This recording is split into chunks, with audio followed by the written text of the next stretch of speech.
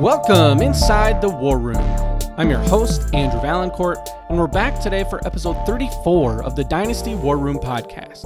On today's show, we're going to discuss what I think is one of the most important questions every manager needs to ask themselves, and that's whether you should be rebuilding or contending with your Dynasty team.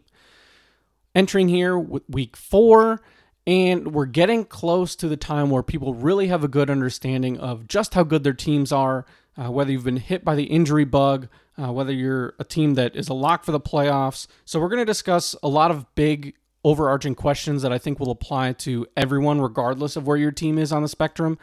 So before we launch into that though, as always, go follow the show on Twitter at Dynasty War Room, subscribe on YouTube at the same handle, and whatever platform you're currently listening to us on, whether it's Spotify, Apple, YouTube, whatever, go make sure you follow, give us a 5-star review. That way you don't miss any of our future shows.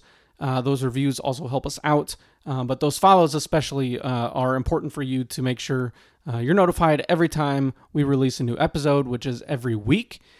And just wanted to note, this is about a day or so later than normal. This will be coming out Friday morning. But, busy week with real life work. So sometimes that does just happen to get in the way. But not anymore. Time for some fantasy football talk about a concept that I think is extremely important because I've seen across all of my leagues, some people really struggle with whether or not to go for it and, push for a championship or sell off players for picks and enter a rebuild. I've seen some really poor decisions about teams that should be rebuilding and instead are buying players with picks, and teams that just realize a little bit too late that they should be rebuilding, and then some teams that are contenders that can afford to be aggressive. I've seen some big moves as well across a bunch of my leagues. So just wanted to kind of dive into this discussion, and with that, the overall question, right, is just should you be rebuilding or should you be going for it? And there's something that I believe it's Dynasty Zoltan on Twitter that has kind of coined this phrase, but it's the treadmill of mediocrity. And you don't want to be stuck on that treadmill where you're basically just in the middle of the pack. And we see this in real life as well, whether it's the NFL or other sports leagues, that you don't want to be stuck in the middle. You don't want to be the first team out of the playoffs. You don't want to be stuck in that 7th to 8th, 9th place range. 6th place, obviously, you're making the playoffs in 12-team leagues. So, that, of course, you want to make the postseason. But sometimes even that, if you sneak in and you know that your team just has no shot, that can be a rough position too. So you want to avoid that middle range. You want to be either in the playoffs, you want to be, a top 4 team, a bye week contender for your league, getting one of those top 2 seeds, or you want to be last. You do not want to be stuck, getting the 5th and 6th pick every year in your rookie draft, because that means you're not performing well enough to make the playoffs, but you're not, tanking well enough to get a top 2 or 3 pick, which is where those true impact players are usually drafted. I mean, you can look at this past spring. Look at how some of these rookies that were going in the top 3 or 4 are already impacting the NFL. I mean, you got the quarterbacks in Caleb Williams and Jaden Daniels, who have gotten off to, well, at least in Daniels' case, a very hot start. Caleb Williams, I think, is going to get there. A little bit more of an adjustment maybe than some people thought, but still, very high ceiling there. And then, of course, the 2 wide receivers. I mean, Malik Nabers and Marvin Harrison Jr. have been outstanding. Nabers really, in particular, has shown up in a big way. So those players, though, were going, in the top 4. That was your 1, 2, 3, 4 in most leagues right there. So in order to get one of those picks and to avoid ending up in that 5 to 7 range, you have to be honest with yourself. You have to look at where your team is. And there's a few different things that you want to do to get a feel for whether you should be selling picks for players or whether you should be selling players for picks. So my usual rule and what I tend to do is I try to wait, if I can, till week 5 or 6. I think after week 5 and then definitely after week 6, you should have a very good indication of just how good your team is. And don't just look at your record. Look at your points for. See where you rank in that category. See if it's lining up with your record. See if, maybe your points are high, but your record is kind of subpar, but you've given up a lot of points and you've had a really tough schedule. That can play into your favor of knowing, okay, maybe I don't need to sell because I've just been kind of unlucky. So all those things are important things to look at. They're all different pieces of the puzzle in identifying whether you actually have a team that can win a championship or whether you should be tanking to acquire one of those elite rookies in next year's draft. So next year, just for a very brief kind of overview of the 2025 draft class, I don't know if it's going to be quite as good as the 24 class. Certainly won't be in terms of quarterbacks. That's a big question mark, but there are a couple of high-level receivers, Tet McMillan from Arizona, Luther Burton out of Missouri, and then there's a huge group of running backs that should all be very good. Ashton Jeanty out of Boise State, Ollie Gordon, Quinshon Judkins from Ohio State, along with Travion Henderson. So there's a lot of different running backs coming out. Definitely will be a better class at that position than 2024, but maybe not quite as successful of a class in terms of its quarterbacks and receivers. But we'll see. You never really know how the rookie class is going to come together until the spring and winter when you're looking at NFL Combine and where players are actually projected to be picked. But just something to keep in mind, if you're looking for a quarterback, this might not be the draft to get one. So just something to keep in mind. But when you're looking at your team, you have to identify first, are your chances of actually making the playoffs high? And then what are your odds of being able to contend for a bye week?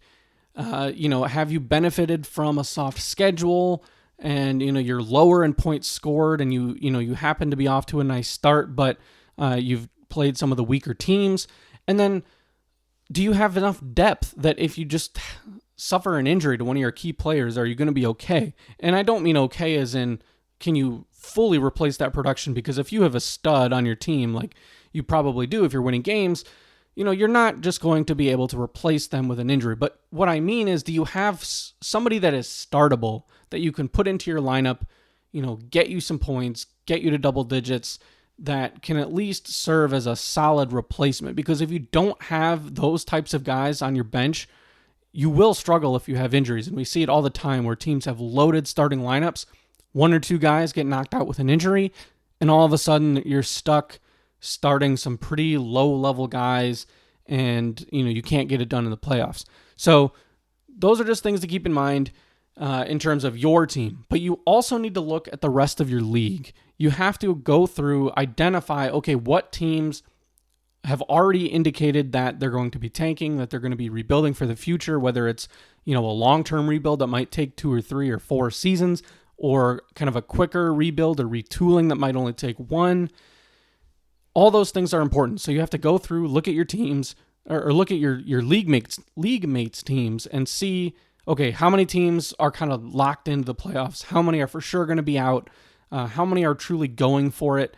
And use that to sort of place where your team belongs to get a feel for, you might be in a league where, in fact, my main Dynasty league, we have a bunch of teams contending. Last year in particular was a year where we probably had 10 teams at least, that were gunning for the playoffs, that really thought they had good teams that could make it. And a few of those teams, of course, missed. And that's just kind of the way it goes. So it worked out nicely for those teams that were rebuilding because they loaded up on a ton of first-round picks, both for last year and this year.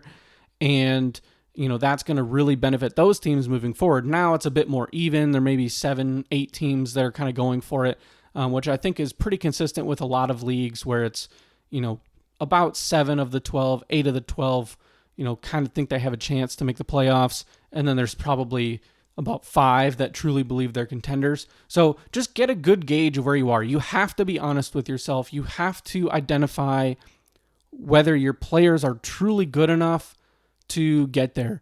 You do not want to get stuck in that 7th place, 8th place, 9th place, if assuming you have your own picks. If you don't have your own picks, obviously that's a bit of a different story. You're kind of, just playing with house money at that point, hoping that the teams, the other managers whose picks you hopefully do have, obviously you want to hope that they lose games, and you don't have anything to lose if you don't own any of your own picks. So that's a bit of a different situation. However, most rebuilding teams, you probably have your own picks, and so you want to focus on, how can you effectively set yourself up for the future, identifying players that will be, startable next year in 2025. Will those players help you? Is their value going to increase or decrease given their age or their playing time or their team situation? So you can go through and identify the players that are kind of building blocks, or if you're trying to do a quicker retool, players that maybe won't help you right now, but will help you more next year, and get a lay of the land in terms of your own roster. You have to kind of look and see, okay, I'm set at quarterback. I have, a stud here. I have 2 stud quarterbacks. I have an elite wide receiver. Whatever it is that you do have, make those decisions about what players you want to build around and then go from there. Now, one thing that I say a lot to people that ask is it's always much better to start a rebuild a little bit too soon than to start one too late. You don't want to end up in a situation where by the time you realize that your team doesn't have a chance, you no longer have assets that other teams want. Because if that's the case, or even worse, you have traded away your own picks, and then you are weak still in terms of players, you're going to be in a really, really tough situation where you're going to have probably a 3 to 5 year rebuild where you don't have your own picks to get highly drafted players. You are not able to sell off a lot from your own roster. So it's a really, really rough spot to be in. So don't push things off too late and then get stuck with a bunch of players nobody wants and no picks. You want to make sure you have your own picks, and it's better to start a little too soon than too late. Obviously starting right on time is of course ideal, but when the right time is always a bit difficult to figure out, which is why this is such an important question in Dynasty fantasy football. So once you have made the decision that, not only does your team, because let me start with this. There is a difference between, hey, I think my team might be the first team out of the playoffs, compared to, hey, my team really stinks and I need to just completely blow this up. There is a difference, but there are ways to both help you set up for next year if you're one of those teams that's, middle of the pack, but you're probably going to miss out, or you had, a couple key starters knocked out with season-ending injuries. Say you had Isaiah Pacheco and Christian McCaffrey, and, you still have really good receivers and a good quarterback situation, and your team is strong enough that you're probably going to put up enough points that you'll be middle of the pack, but you're not going to win a championship, you're not going to make the playoffs, something like that. That's a perfect scenario where, you can take some of your aging veterans and try to focus solely on the next year when you expect to get somebody like Pacheco or McCaffrey back, things like that, or just whatever players along the way get hurt. So that's one situation to keep in mind. But the other is if you look at your roster and you truly know, hey, this is not a good situation. I'm not going to win a championship. I certainly am not going to be a bye week contender, let alone a playoff team. That's when you got to blow things up and identify the couple players you want to hang on to, assuming you have any, and go out and be confident in your decision. Stick to the plan. Once you make the decision that it's time to rebuild, stick to it. Do not waver. Don't go back and forth. Don't sell off a bunch of players at your draft and then come August and September get the itch to try to win and then trade away the picks that you have in the future to try to add players. Don't do that. If you are going to rebuild and hey, there are a lot of other strong teams in the league right now, probably not my year, that's perfectly acceptable. Focus on the future. Go for young players, get your rookie picks, stick to your plan. It's kind of like, the Philadelphia 76ers, with the process. Stick to the process. Stick to your plan. You can't have it both ways. You cannot both rebuild and contend at the same time. It's just not something that happens unless you end up in a highly unique situation where, your rookies end up all being fantastic and you have other people's picks that end up being, top 3 picks, and you can get lucky and sneak into the playoffs and make some noise. So that's a pretty rare scenario. Usually, you are selling off your veteran players. You're hoping that you can stack a couple good drafts in a row. You really need 2 sort of high impact rookie drafts to get a rebuild going. You need to have, top 3 picks. You need to have multiple first round picks. And in order to do that, you have to start your rebuild with confidence. You have to have patience, and you have to just go with your decision. Losing stinks. Nobody enjoys that, but rebuilds can be very enjoyable too in Dynasty. It's why, some people really love to play, because even when your team is not strong, you can still have fun with it, make some fun trades, play spoiler in your leagues, things like that. So stick with the plan. Now, moving forward with a rebuild, as we've kind of already mentioned, it doesn't have to be a full rebuild. You can retool as well if you have a strong core, but you can't win this year. So just keep that in mind. This doesn't have to be a 3 or 4 year process for you. Sometimes it needs to be, but many teams can rebuild in 1 to 2 seasons, especially if you make some smart trades. Get a few draft picks that are higher up, and then make good use of those draft picks as well. So when it comes to draft picks and players and when you should make certain types of trades, there's actually a really good chart that's been floating around on social media for a couple years from @EKBaller on Twitter.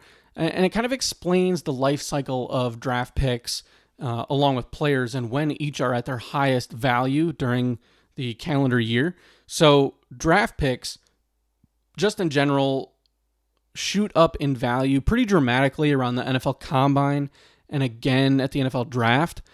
And, this makes sense. People are getting excited about the draft. It's all rookies. The season's over. It's post-Super Bowl. Everyone's looking forward to next season. Everyone always wants the young guys. Take advantage of this if you are a rebuilding team that, you have some veteran players, you're not going to be competitive going into the season. Identifying that you're a rebuilding team in the offseason is really the best time to do it, because you can capitalize on this by trading away players while picks are, sort of at their highest. I'm explaining this wrong. If you were a contending team, trading away picks for players in the offseason is the best time to do it. So this is where you want to take advantage of the fact that, your picks might mean a little bit less to you. And so it's your chance to kind of take advantage of some of those rebuilding teams by, selling those picks for players. This is something I've been able to do across multiple leagues, sometimes not even in ways that felt very obvious at the time. For example, a couple years ago, in fact, probably a listener of the show that's in several of my leagues, we made a trade that seemed pretty good, normal at the time. It was I got a future third-round pick in Nico Collins in return for an earlier and current third-round pick in the draft, and that manager then selected Izzy Abanikanda, who is expected to be the backup running back for the New York Jets. This manager had Breece Hall. Felt like kind of a win for everyone. Turns out that was only a win for me.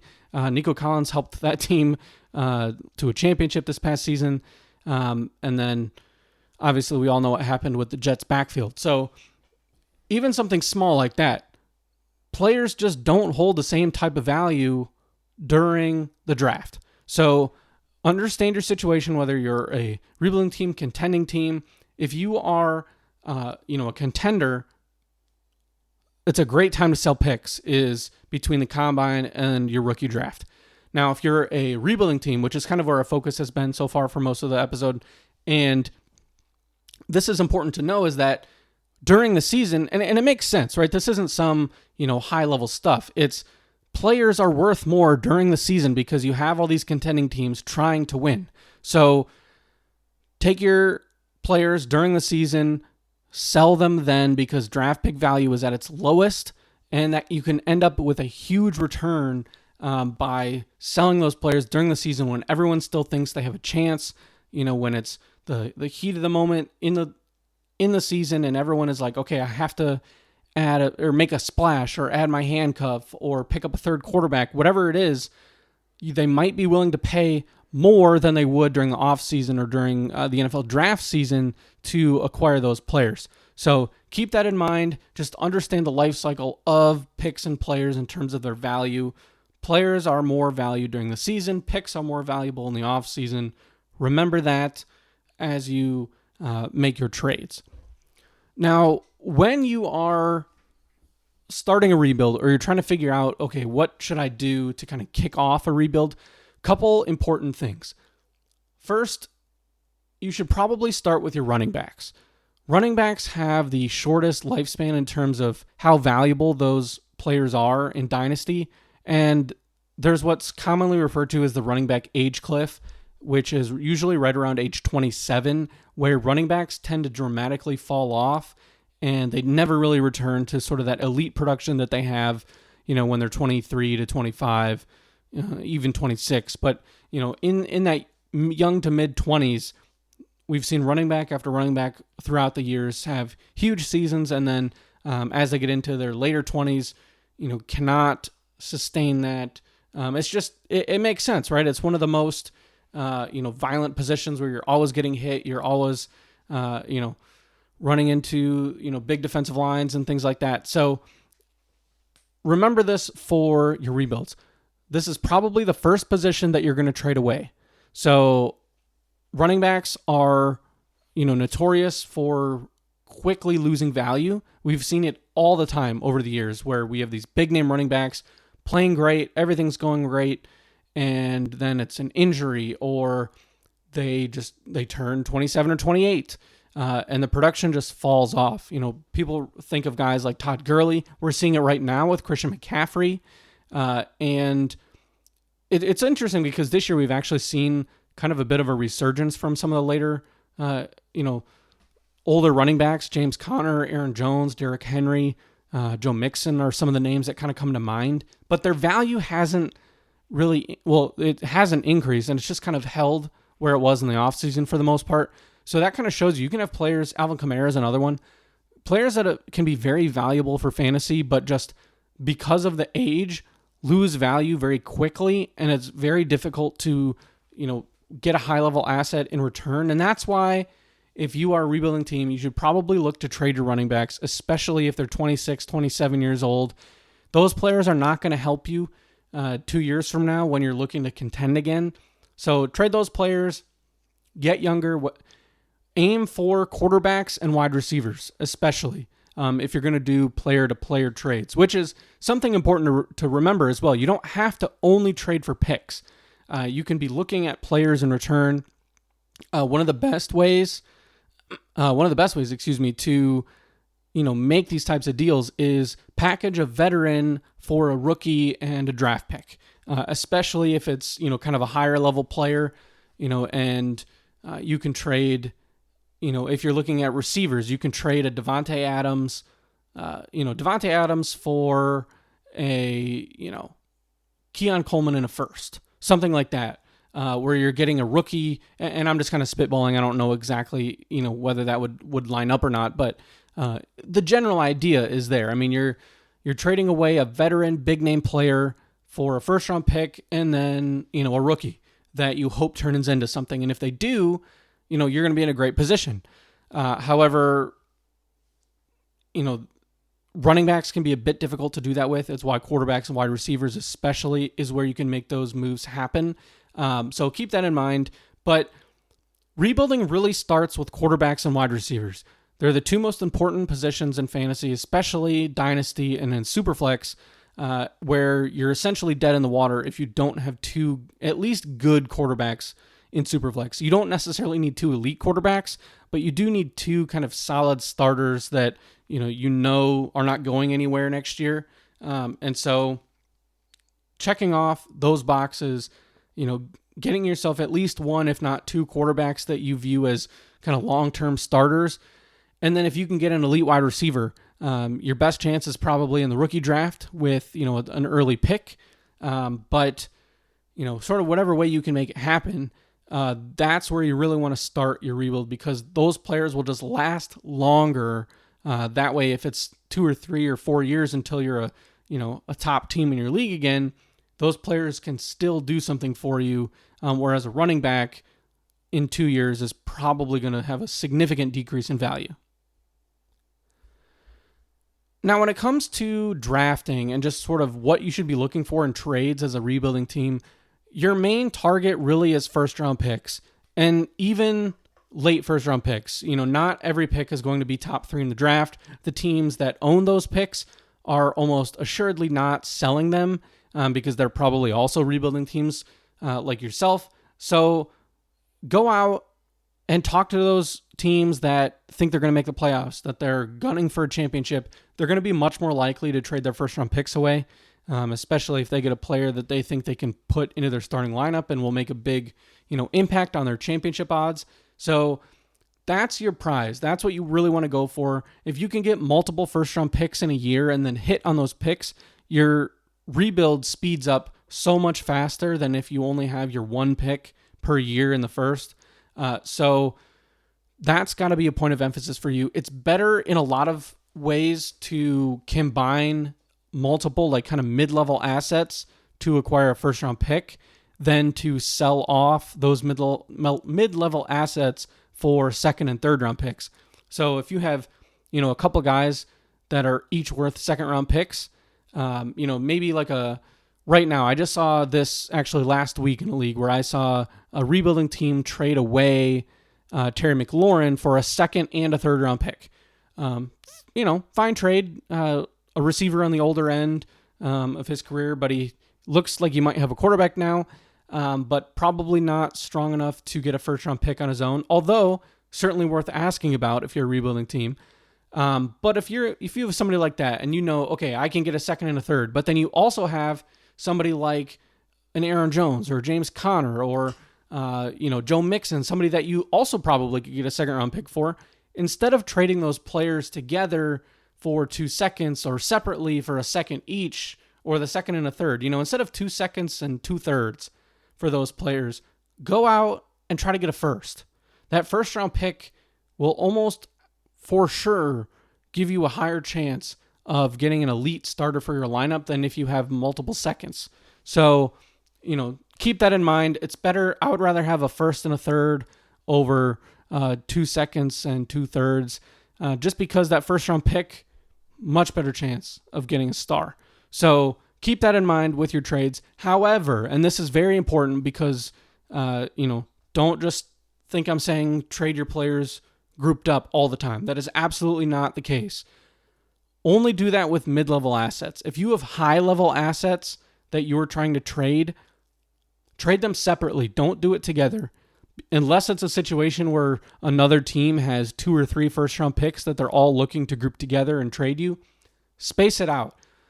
Go to different managers and get multiple first-round picks from different teams, because then you're more likely to maximize your return when you do it that way, because you have each of these managers that are all trying to do whatever it takes to make their teams better, and then they see one manager make a trade, then all of a sudden the other contenders go, I got to do something to counter that, and then you can kind of create these bidding wars, especially if you're in a league with a majority of the teams that think they can make the playoffs and win a title. If you only have 2 or 3 teams that are rebuilding, that's a seller's market, so take advantage of it.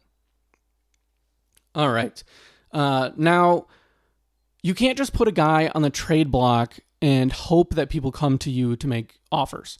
Now, sometimes that certainly happens. That's great. That's awesome for your league. That's a sign of a healthy league when you can put somebody in the block and you get a couple offers.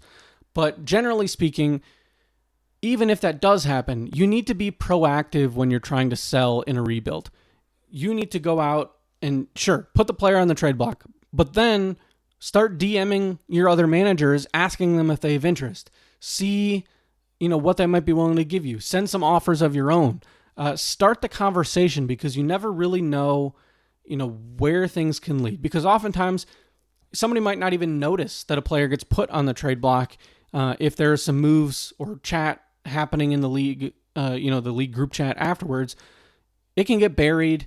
Sometimes people look at it and go, they probably want too much, or they don't really think too much about it. But if you reach out as the rebuilding manager and start a conversation, you never know where it can go. And sometimes the best trades for both sides, and especially when you're trying to rebuild, and maximize what you get back, you can use those conversations to sort of understand the market for that player and make the move that makes the most sense for you. So go out, be proactive when you're being a rebuilding team, and good things usually happen. Now, kind of coinciding with this, don't burn bridges with managers when it comes to trades.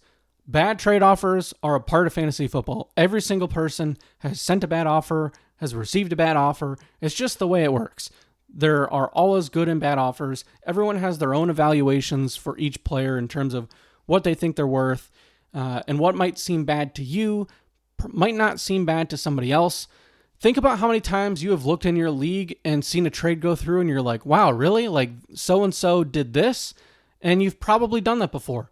And, the reason that bad trades get sent is because, bad trades get accepted all the time. So the beauty of fantasy football is that you really don't know what side is that bad when trades go through. Oftentimes it takes a few months or a year to see, this player, either worked out really well, or that trade was good for both sides, or whatever the situation.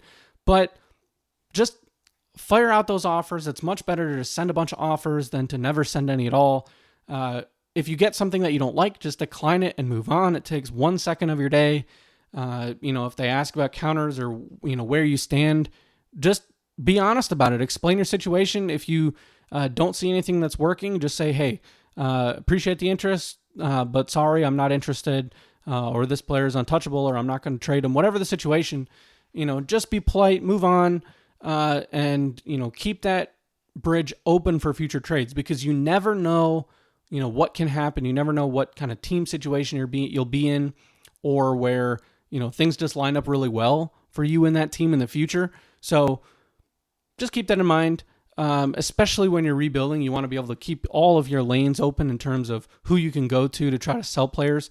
So don't burn your bridges.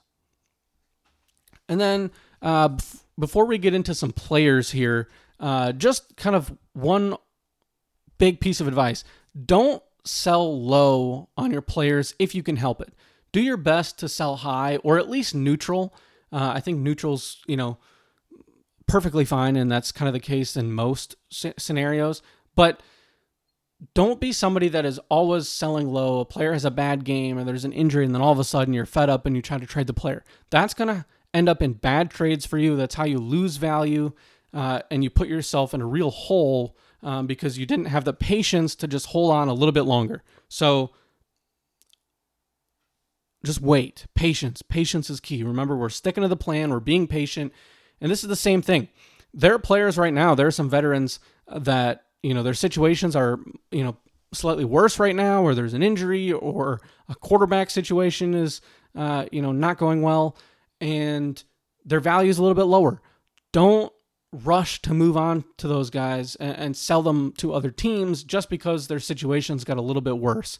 Because chances are their situation will probably get a little bit better again. They'll return to kind of a neutral state when, a quarterback returns or they're back from injury. Once there's some good news, that's when you go out and try to trade your player again. So avoid selling low. And likewise, if you're a contender, most of the time, avoid buying high because, chances are you're going to overpay.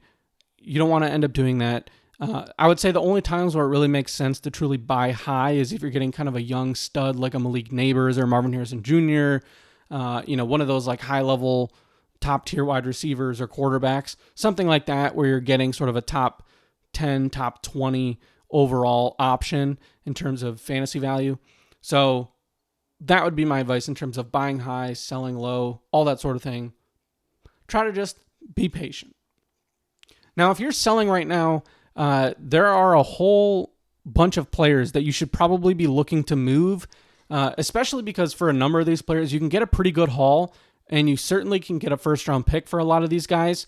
So if you're a rebuilding team, I think you should really take a serious look at moving on from these players here. I'm going to list them off. These are all guys that are top 125. They're in the top 125 in terms of Keep Trade Cuts overall player rankings for Dynasty value. So keep this in mind. And some of these you're going to be able to get a huge package, especially some of the early names on this list. So A.J. Brown, somebody I'd be moving on from. I just traded him in a league where I'm rebuilding down to the nubs, and I traded him away for 2 first-round picks and Christian Watson. Saquon Barkley is somebody who's a perfect opportunity if you are a rebuilding team to sell high on a running back who is already 27. I think he's going to be great for the next couple of years, so it's something where if you're retooling, maybe you hold on. But again, we've seen it time and time again.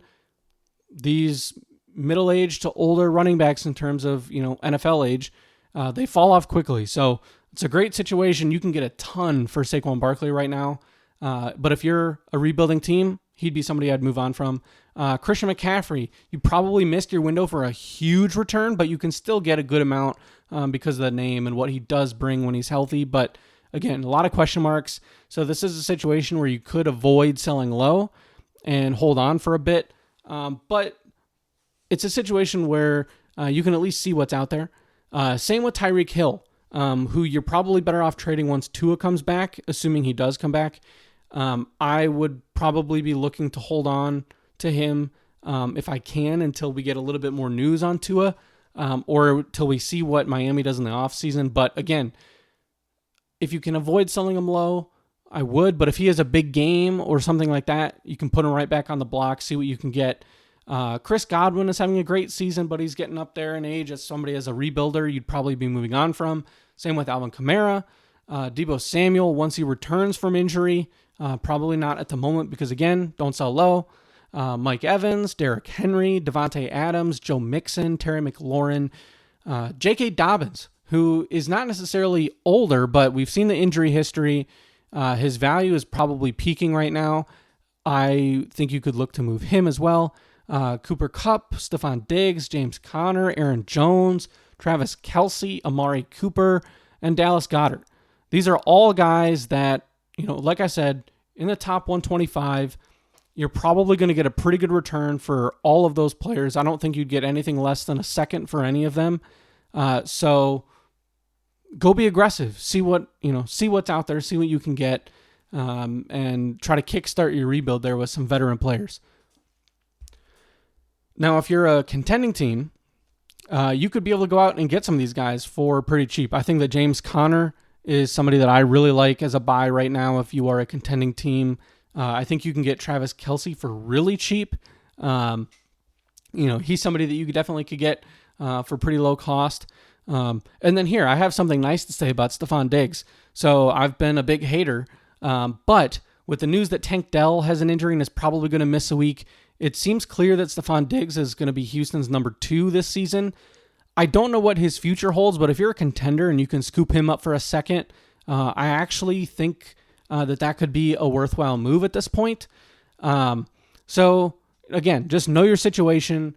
And you could say the same thing. I think Alvin Kamara is somebody, if you're a contender and you can go get him for like an early second or something like that. That's a tough situation because if you're a Kamara manager, you probably don't want to sell for anything other than a 1.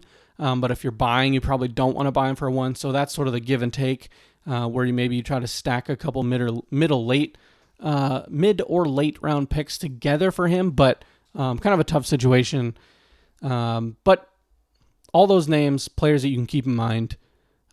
Now, we've talked a lot about rebuilding teams, so I want to give a couple minutes here to contenders.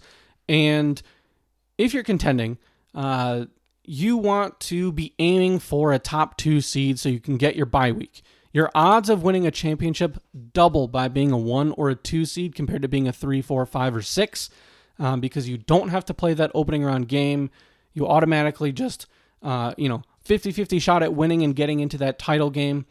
And if you're a league that pays out the first 3 places, if you're the number 1 or number 2 seed, you'd have to lose twice in a row to fall out of the money. So that's another, important thing to note. So aim for the bye week. If you can make it happen, if you're a player away from making that happen, go out, make that move. You'll be happy you did. Now, contenders, I think one of the best things you can do is be aggressive in shopping for depth with your 3rd and 4th round picks. So people immediately jump to selling their 1st round picks, but you don't need to do that right away. You can hold off on that for the perfect move. I tend to be a little bit stingy with the 1st round picks, and try to wait for that, star player that I think I can benefit from for multiple seasons. But these late round picks, 3rd and 4ths, they don't need to be star players. You can get some really valuable depth. You can get bye week spot starts. You can get some injury depth, your handcuffs, a 3rd quarterback or a 4th quarterback. So go out, use those picks to acquire players when injuries occur and you need somebody for your lineup. That's a great use of these 3rd and 4ths because chances are you're not going to get a star player in return for those picks. Sure, every now and then we get a Tank Dell or a Puka Nacua, but usually that is not the case. The odds are pretty low of, those picks turning into everyday starters. So use those, try to win now. Don't feel like you have to trade your 1st. Don't be afraid to, but don't force it either. And then if you do end up making, one of those bigger trades, try to get late, an extra 4th round pick, an extra 3rd round pick tacked on to some of these bigger deals because they can help you later facilitate some of these smaller trades, when you do have an injury and you need to go get your backup quarterback or, your handcuff running back, whatever the situation is. Those picks can be very helpful, and they're oftentimes just kind of add-ons or throw-ins in some of those larger trades. So don't overlook that. Always try to fight for that extra pick or 2, and you'll be happy you did later. Now, when you're looking to make these trades, strategically target the rebuilding teams in your league. So, and it seems like common sense, but oftentimes, you too often have managers going to other contenders trying to make deals happen, but both of those teams are probably looking to add players and dump their picks, which obviously doesn't line up very well. But if you are a contending team, go look at your teams at the bottom of the standings, see if they have any veterans that they might be willing to move on from, players that if you were rebuilding, you would probably be looking to move on from. Those can often, that kind of knowledge will work for you to identify who might be available. And just start some conversations. See what's out there. See if you can dump a late pick or 2 to get that player that you think will help you, especially with bye weeks starting here in week 5. Having some depth is going to be helpful. So, again, this all comes back to just knowing your league, know your league mates, have a good understanding of the teams in the league and kind of where they're at from a competitive standpoint, and you'll have a much better time facilitating trades because you won't be trying to work with another contender where, you don't necessarily want to make the other team better, but, you got to get your guy or your depth piece. It's much, much easier when you're working with a rebuilder. And last but not least, if you're on the fence about a big move, but you feel you feel really confident in the player, championships last forever, right? You play to win the game. And if you have a chance to really put yourself into a scenario where you're a bye week team, you're championship contender, you're one player away, and you're on the fence, go for it, make the move. This is something that I think when I first started playing Dynasty, I struggled with a bit because, everyone likes the picks. The rookie draft is one of the most fun things about, Dynasty fantasy football. But I'll tell you this, winning a championship feels better than making your draft picks. So if you're on the fence, go make the move. You'll be happy you did, especially if you end up at least in the money in the top 3 in your league, but especially if you win a championship, you'll be happy you did. So move forward with confidence when you're making those trades and know that, you got a title on the mind. So that's all for today's episode. That actually went a little bit longer than I expected. So, we went pretty in depth here on a lot of different things for how to approach rebuilds. There are a lot of people that struggle with how to approach it. So I just wanted to give kind of a pretty broad but solid overview of how to approach that, because this is really the key to setting yourself up for a true dynasty, which of course is the goal. So with all that being said, thank you so much for tuning in, especially if you made it this far. Next week's episode could end up being later in the week. Going out to Las Vegas with the boys for a long weekend, so we'll see what kind of show we get next week. But in the meantime, again, thanks so much for listening, and we will talk to you all in the next show.